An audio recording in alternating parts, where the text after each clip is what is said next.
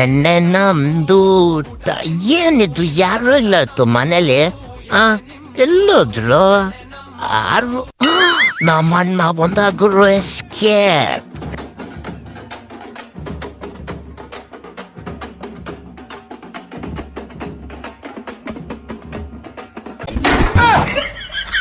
ಮತ್ತೆ ಫುಲ್ಲಾಗಿ ಕುಡ್ಕೊಂಬಂದ.